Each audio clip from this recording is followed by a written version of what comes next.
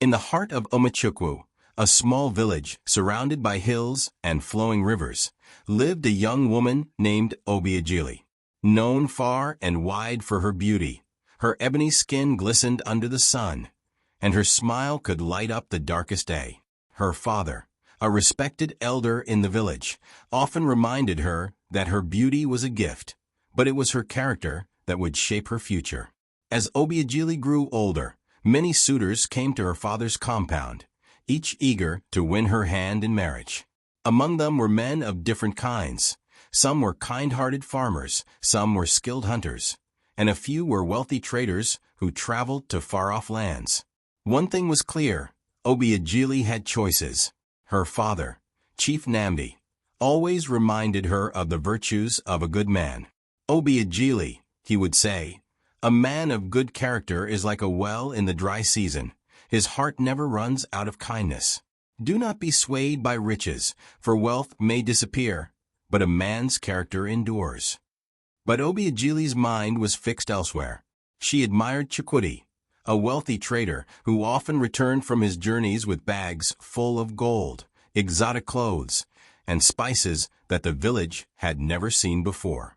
He was handsome, but more than that, he promised her a life of comfort, one far removed from the simple life of Omachukwu.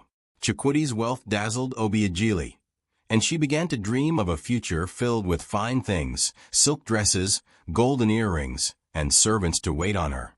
There were others, too. Men like Ibuka, a humble farmer with hands calloused from years of working the land.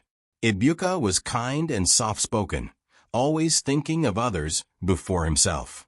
He had brought Obiageli small gifts from his farm, fruits he had grown with care and flowers he picked from the fields.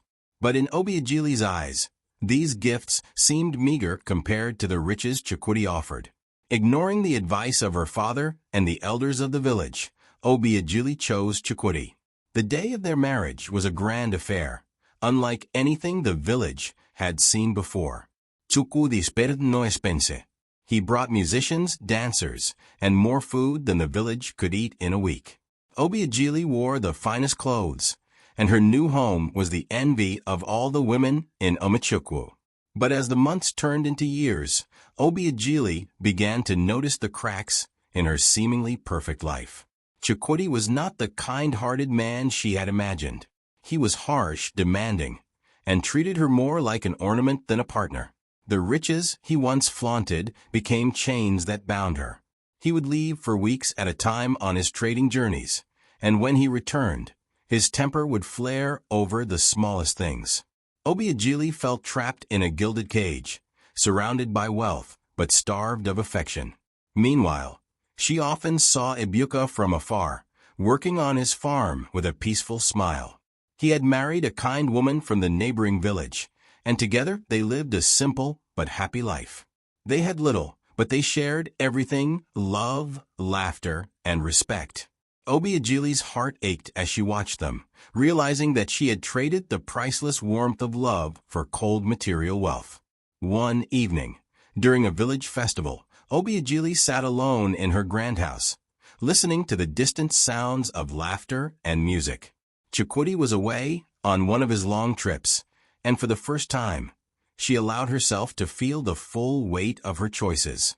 Tears streamed down her face as she thought of the life she could have had, a life filled with love, not wealth. But it was too late. She was bound by her marriage, and in her village, leaving a husband was unheard of. Divorce was a scandal that would bring shame not only to her, but also to her entire family. The wealth that once dazzled her now seemed meaningless. Her home, once the source of envy, had become a prison.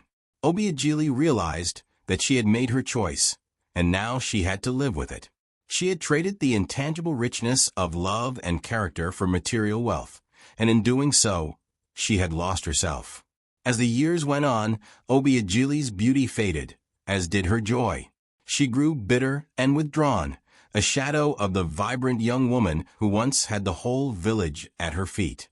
Though she continued to live in luxury, she was never happy again. The riches that had once promised her the world now served as a constant reminder of what she had lost. her chance at true happiness, a life of love, and a peaceful heart. And so, the story of Obiageli became a cautionary tale in Umachukwu, a reminder to the young women of the village that true wealth lies not in gold or silver, but in the heart of a good man.